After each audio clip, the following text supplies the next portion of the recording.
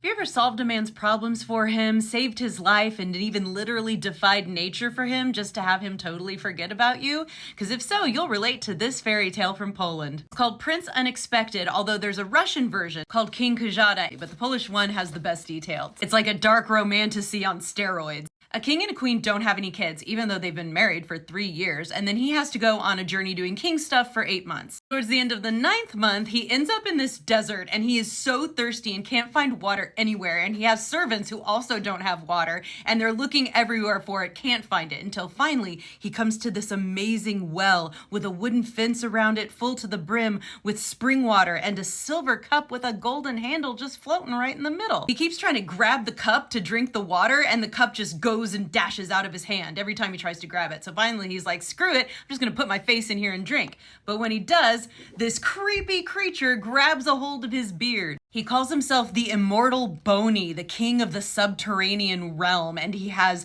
a huge head like a tub, green eyes, and a mouth full from ear to ear. He's holding the king's beard in claws like a crab. That's what he has for hands. He tells the king, I will only let your beard go when you promise to give me that which you left unknowingly at home and which you do not expect to find on your return. And the king is, terrified of this monster and figures if I don't know about it, it can't be that big a deal. So he promises it. The guy lets him go. He goes home. Well, guess what? When he gets home, he finds out his wife has given birth to a baby boy as beautiful as the moon. And he's like, oh, shoot. Yeah, this is what he's going to come take from me, isn't it? They name the boy Prince Unexpected because he was unexpected. At first, the dad is sad for a long time, but as years go by and Boney doesn't come for him, he's like, okay, maybe this isn't really going to happen, and they forget about it. But alas, Boney did not forget so easily. So one day when the boy is a grown man, he's out in the wilderness, and a hideous man with green eyes comes up, and he's like,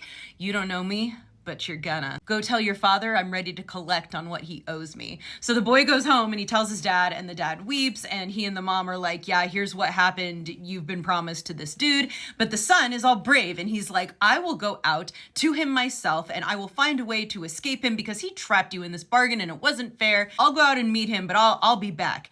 Unless I don't come back, then I'm dead. He really says that. He takes off on his horse, and then he's stopping to rest by the seashore, and he sees these 12 women's dresses lying on the beach. And he's like, that's weird.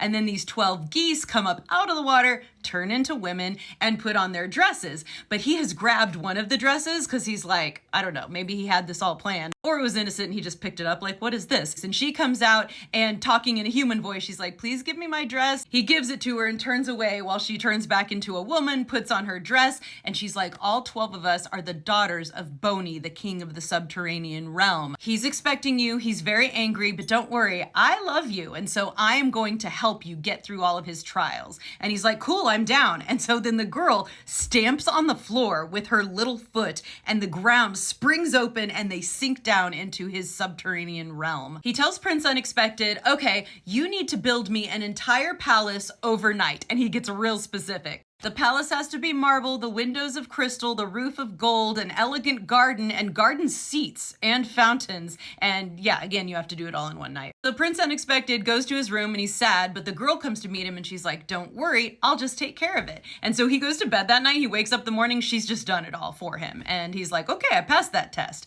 And so King Boney is super mad. And so he's like, okay, well, I've got another task for you. All 12 of my daughters look exactly alike. Tomorrow you're going to have to pick which one is my youngest daughter. And so he goes back to his room, the daughter shows up, and he's like, well, this shouldn't be too hard. And she's like, no, you don't get it. My sisters and I look exactly alike. You're not going to know which one is me. Except I'm going to have a ladybug on my eyelid. So that's how you know which one's me. So the next day he picks out the right one because she's the one with the ladybug eye, and then the king is like, oh. The third task he's supposed to do the next day is to stitch a pair of boots together while the king burns a straw and get it done in his presence while the straw burns.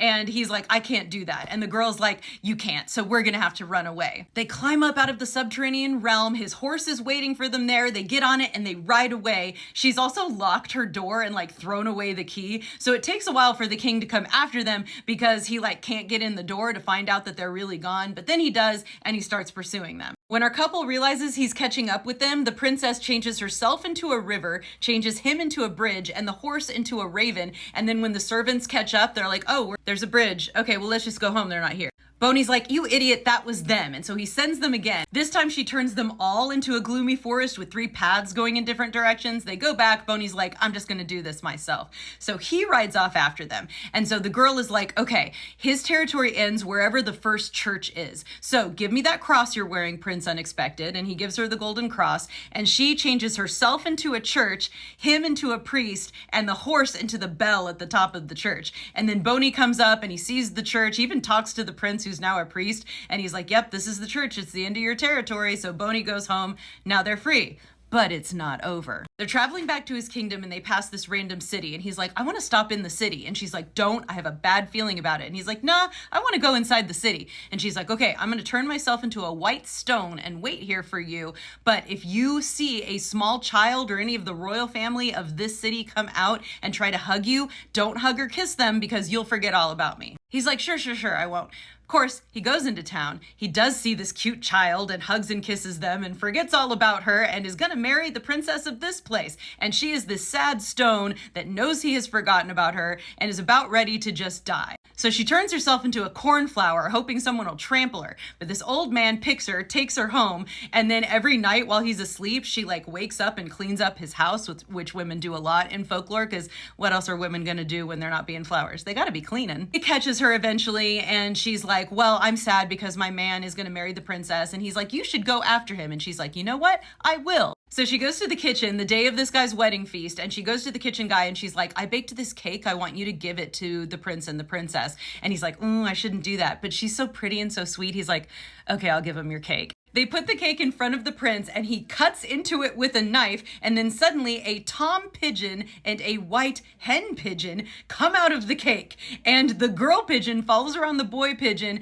and says, stay, my pigeon, don't flee from me like the faithless lover, Prince Unexpected, when he left Boney's daughter. The prince, seeing what has happened to him play out with the pigeons in front of him that have come out of his wedding cake, he's like, oh, I remember everything. Where's my girl? And she steps out of the shadows and she's like, I'm here. And he's like, oh, thank God. He takes her hand, just dips, leaves his bride, everyone behind. They go immediately to his dad's castle, and then they get married and live happily ever after. Though whether or not he deserves her forgiveness or really even deserves her at all, that can be up to you.